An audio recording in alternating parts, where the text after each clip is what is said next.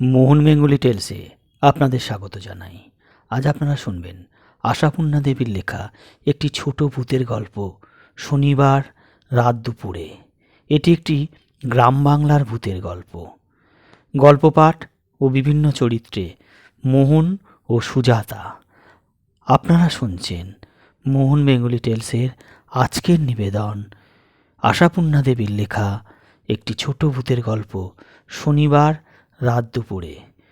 যারা এখনও আমাদের চ্যানেলটি সাবস্ক্রাইব করেননি, আমাদের চ্যানেলটি সাবস্ক্রাইব করে এবং পাশে থাকা বেল আইকনটি অবশ্যই প্রেস করে দেবেন, যাতে সমস্ত রকম নোটিফিকেশান সবার আগে আপনারা পেয়ে যান।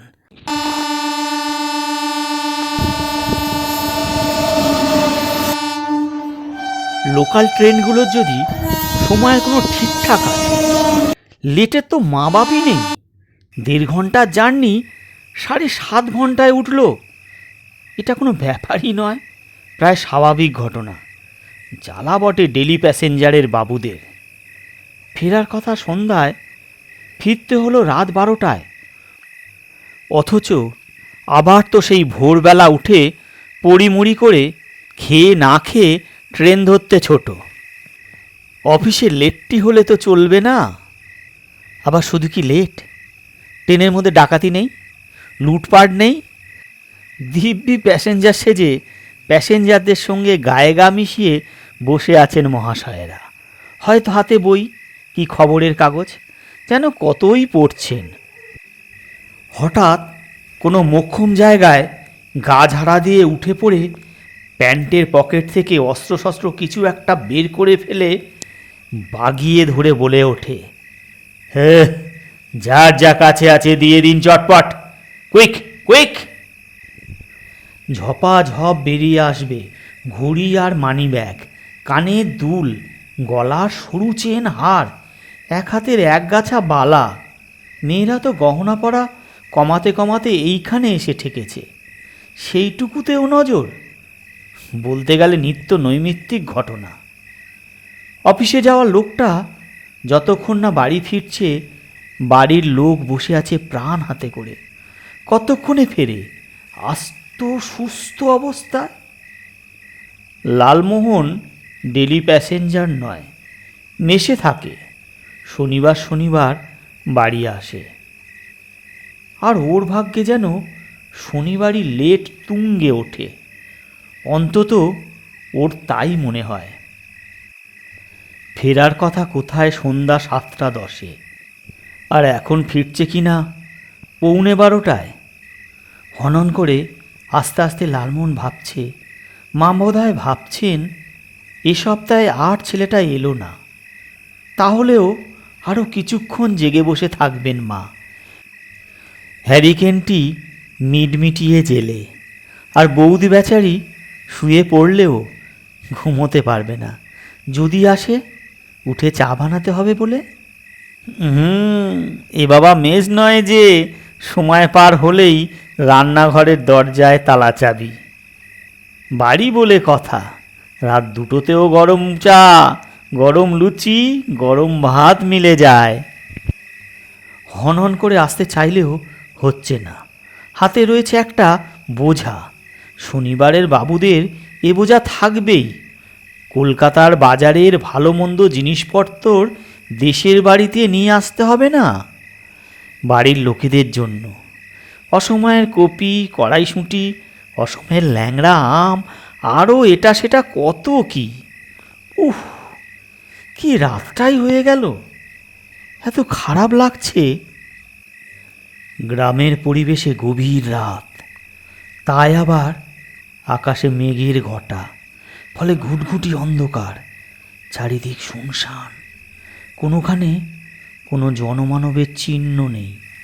শুধু একটানা ঝিঁঝি পোকার সেই চিরপরিচিত শব্দ, যে শব্দটা রাতের গভীরতাকে যেন হাড়ে হাড়ে বিঁধিয়ে দিচ্ছে।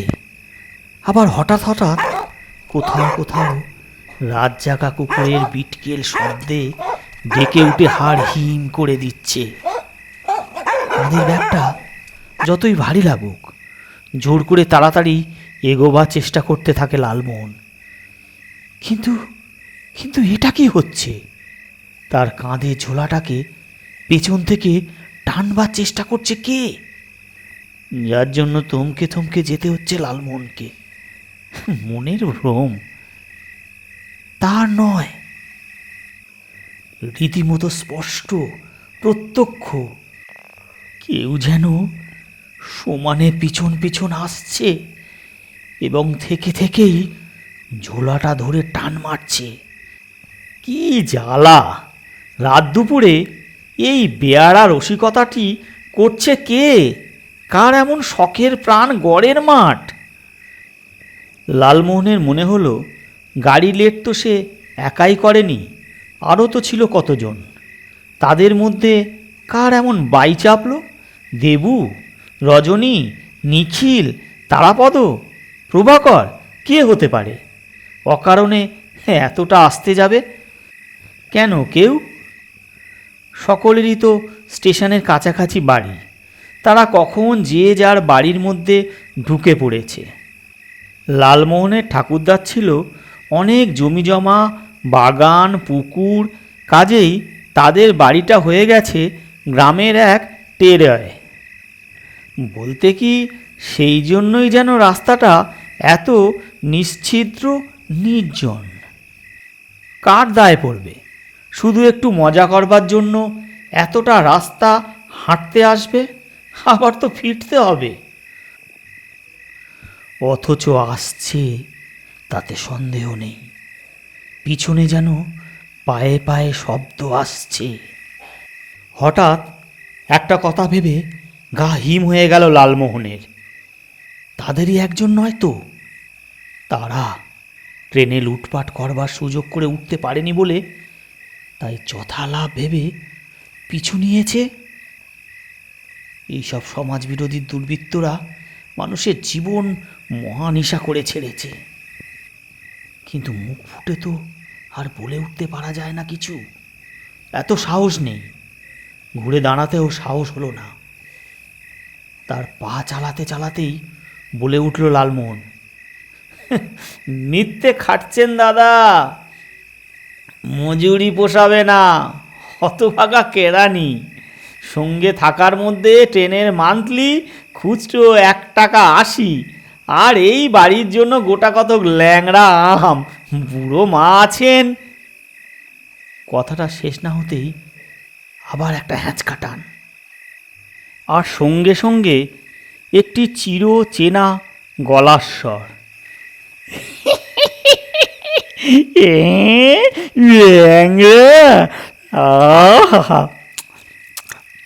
তাই তখন থেকে সুবাস পাচ্ছি, মনে হচ্ছে আসল বেনারসি ল্যাংড়া। গলা শুনে রাগে মাথা জ্বলে গেল লালমোহনের। হ্যাংলা পেটুক, নোলা দেগো গাঙ্গুলি বুড়োর এই কীর্তি! এতক্ষণ ধরে ভুগিয়ে মারল লালমোহনকে, আর ভয় খাওয়ানো! রাতটা পোহাতে তর সইল না, এখনই পিছু নিয়েছে বুড়ো। সত্যি আমগুলো ফার্স্ট ক্লাস, দামও তদ্রূপ।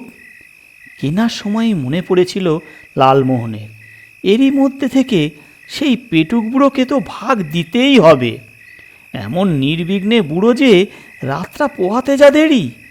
রবিবার সকালবেলায় গিয়ে হাজির হবে লালমোহনদের বাড়ি, আর ফোকলা মুখে হেসে হেসে লালমোহনের মাকে ডেকে বলবে, কই গো বৌমা, আমার নাতি কলকাতা থেকে কি আনলো যে কি! দেখা মানেই তো জীবের দ্বারা দেখা। লালমোহনের মাঝে এতে খুব আহ্লাদিত হন তা তো আর নয়, হবেনি বা কেন?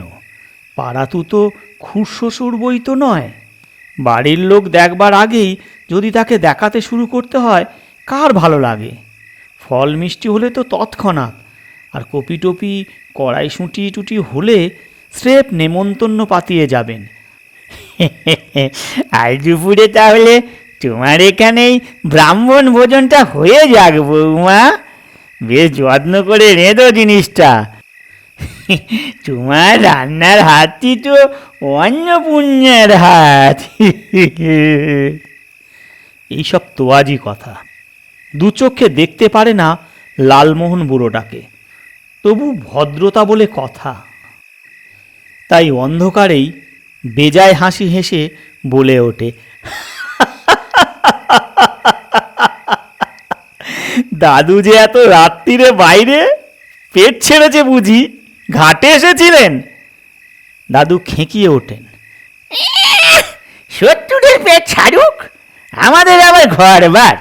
ঘুম তো নেই, ইদিক উদিক ঘুরছি, দেখি তুই আসছিস হন নিয়ে ল্যাংড়ার খুশবু ছড়াতে ছড়াতে, তাই তোর পিছু নিলুম। লালমোহন পা চালাতে চালাতেই ব্যঙ্গ হাসি হেসে বলে, শুধু পিছু নিলেন, আমের থলি ধরে টান মারামারি করছিলেন না? গাঙ্গুলি বুড়ো সবার মতো খ্যাঁক খ্যাঁক করে হেসে উঠে বললে, তা মিথ্যে বলবো না, করছিলুম। সুভাষটা বড় জোরের, মন ধৈর্য মানছিল না।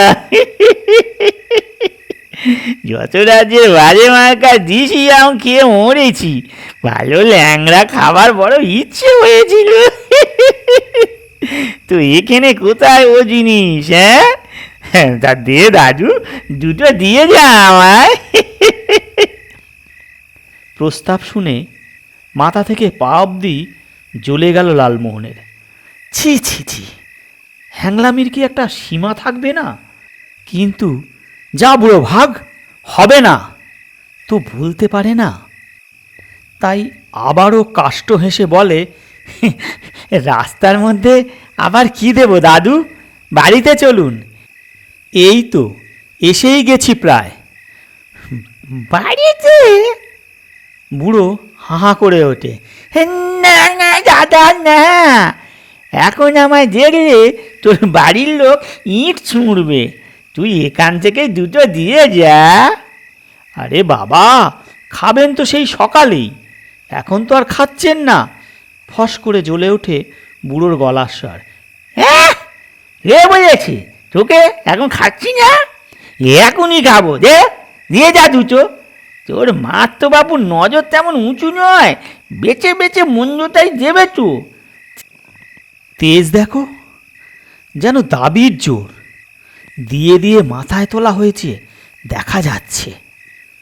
লালমোহন কাঁধ থেকে ঝোলাটা নামিয়ে হাত বুলিয়ে বড় ছোট আন্দাজ করতে চেষ্টা করে। বুড়ো আবার ধূর্ত শেয়ালের মতো খ্যাঁক খ্যাঁক করে হেসে বলে, হয়েছি, আর ছোট বড় বাজাই করতে হবে না, দিয়ে দে চটপট। বেশি বেগরমাই করলে থলি শুদ্ধ নিয়ে চম্পট দেবো বলে দিচ্ছি নাতি। আবার খ্যাঁক খ্যাঁক হাসি, কতই যেন রসিকতা। দুটো ধাড়ি ধাড়ি আম। লালমনের বুক করকর করে, তবু হাতে নিয়ে বলে, কই হাত কই? অন্ধকারে তো নিজের হাত পাই দেখতে পাচ্ছি না। আবার তো ভাবি নে, রাখ রাখ, ওই গাছতলাতেই রাখ। গাছতলায়? চাউর করে দেখ না, ডাইনে একটা চালতা গাছে চড়েছে। কি আর করবে লালমোহন, সেই বুনো চালতা গাছটার তলায় আন্দাজে আম দুটো নামিয়ে রেখে গটগট করে এগিয়ে গেল। উফ, এইভাবে গত সপ্তাহে বহু দামে আনা বড় বাগদার একটা সেঁটে গেছে বুড়ো অসময়ে কপির সঙ্গে, প্লাস প্রায় এক থালা চব্বচস্য। মা তো বুড়োকে দেখলেই জলে। তবু বৌদি হেসে হেসে বলে, মার খুশি পুতুর। বাড়ি ঢুকতেই মা হইচই করে উঠল। এসেছিস? ও সোনা আমার, গোপাল আমার, আমি তো ভেবে মরছি। বৌমার চায়ের জল 3-3বার ফুটলো আর ঠান্ডা হলো। নীলু বলল আজ আর বোধহয় এলো না বাবা। কাঁধে এক বোঝা। লালমোহন দালানের চৌকাঠে বসে পড়ে বললে, বোঝা এবার বন্ধ করতে হবে। ওই হ্যাংলা পেটুক বুড়োটার জ্বালায় রাস্তায় আমার এক গাদা সময় নষ্ট হয়ে গেল। এমন বেয়ারা বুড়ো মা এই রাত দুপুরে আমের গন্ধ পেয়ে আমার পিছু নিয়েছে, দুটো ভালো ভালো আম ভাগিয়ে নিল। আবার কি চোটপাট! বলছি রাস্তা থেকেই দেব, বাড়ি চলো না। বলে কি না, এক্ষুনি খেতে ইচ্ছে করছে, দিয়ে শিগগিরি। লালু, মা চেঁচিয়ে ওঠেন। কার কথা বলছিস? কে নিল আম? কার কথা আবার? লালু পাখা ঘুরিয়ে হাওয়া খেতে খেতে বলে, বুঝতে পারছো না? এমন লজ্জা ঘেন্নাহীন বুড়ো আর কে আছে গাঙ্গুলি বুড়ো ছাড়া? লালু, মা আর্তস্বরে চেঁচিয়ে ওঠেন। গাঙ্গুলি কাকা তোর হাত থেকে আম নিলেন এই শনিবার দুপুর রাতে? সেই তো বলছি, রাতটা কাটতেও ধৈর্য হলো না, আবার বলে কি না। ওরে লালু রে, কি সর্বনেশে কাণ্ড রে! তুই এই শনিবার ভরা অমাবস্যে মাঝ রাত্রিতে তার হাতে আম দিয়ে এলি, আর সকলের আগে! ও আমার কারও ভোগে লাগবে না রে। লালমোহন রেগে উঠে বলে, চাইলে কি করব? না দিয়ে পারা যায়? বৌদি তুমিই বলো। বৌদি আস্তে বলে, আমি আর কি বলবো ভাই, তোমার কথা শুনে আমার হাত পা ঠান্ডা হয়ে আসছে। ওকে ওকে, মা শুয়ে পড়লেন যে? শুয়ে পড়বো না? মা কাতর গলায় বললেন, এখন লালুর আমার ভাগ্যে কি আছে তা ভগবানই জানেন। শনিবার ভরা অমাবস্যে রাত 12টা। লালু, তুই ওই হাওয়া বাতাস লাগানো জামা পোশাক ছেড়ে ফেল, কাঁচা কাপড় পরে ঠাকুর ঘরে গিয়ে মা কালীকে প্রণাম করে আয়। বৌমা, ওর মাথায় একটু গঙ্গা জল ছিটিয়ে দাও মা। ওরে বাবারে, শনিবার ভরা অমাবস্যে আর গাঙ্গুলি বুড়ো কিনা তোর কাছ থেকেই! লালুও এবার রেগে চেঁচিয়ে ওঠে, হলো কি তোমার? পাগল টাগল হয়ে গেলে নাকি? গাঙ্গুলি বুড়োর এই আমার আনা জিনিস বাগানো নতুন নাকি? বেহেট বেহায়া পেটুক বুড়ো! বৌদি তাড়াতাড়ি বলে ওঠে, থাক ভাই থাক, ওসব আর বলো না বাপু, শুনতে পেলে কি করবেন না করবেন। লালমোহন বলে ওঠে, বাহ রে বাহ, আমি কি তার সামনে বলতে যাচ্ছি? নিজের বাড়ি বসে বলছি। তাহলে কি হবে ঠাকুরপো? উনি তো এখন বায়ুচর হয়ে গেছেন, সব শুনতে পান। লালমোহন হ্যারিকেনে শিখাটা বাড়িয়ে দেয়, বলে, মা বৌদি দুজনায় মিলে কি সব উল্টো পাল্টা কথা বলছো? দাদা, ও দাদা! নীলকমলের ঘুম পাতলা হয়ে এসেছিল, বেরিয়ে এলো। লালু বলল, দেখো তো বউ শাউরি দুজনাই পাগল টাগল হয়ে গেল কি না? একেই তো গাঙ্গুলি দাদু মেজাজটা খারাপ করে দিলে, তার উপরে আবার। নীলকমল চমকে বলে, কে কে মেজাজ খারাপ করে দিলে? কে আবার? ওই হ্যাংলা বুড়ো রাস্তার মাঝখান থেকেই দুটো আম হাতিয়ে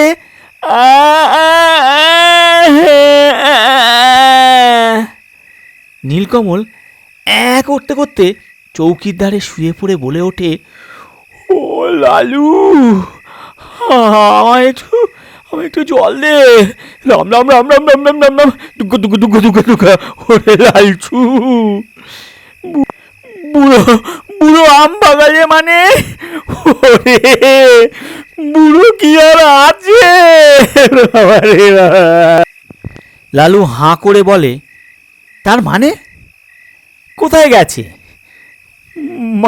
মানে মানে ছোট ছোট জেঠির ব্রত পুজোর ব্রাহ্মণ ভোজনে অতি ভোজন, ফলে ফলে ফলে পটল উত্তোলন। হোপলেস, সবাই মিলে ইয়ার কি? লালু বলে ওঠে, এইমাত্র নিজের চোখে দেখে এলুম মানুষটাকে। বৌদি আসতে বলে। নিজের চোখে দেখেছো? বাহ, দেখব কি, যা অন্ধকার। আলো থাকলেও পেতে না ভাই। বৌদি গম্ভীর গলায় বলে। গেল বুধবার রাত্রিতে তিনি গত হয়েছেন। কি বললে? গত হয়েছে? মানে ও মারা গেছেন? মানে অক্কা পেয়েছেন? ও বৌদি, মানে চন্দ্রবিন্দু হয়ে গেছেন? ওরে বাবা রে, কি হবে রে! লালুর গাঁক গাঁক চিৎকারে ওর দাদা ছিটকে উঠে পড়ে চৌকি থেকে, আর চৌকি সেই ফাঁকা জায়গায় লালু শুয়ে পড়ে। এক মনে চেঁচাতে থাকে, ওরে বাবা রে, আমার ঝোলা ধরে টেনেছে, আমার হ্যাঁচকা টান মেরেছে, আমার আমার আমার ছুঁয়েছে, ওরে বাবা রে।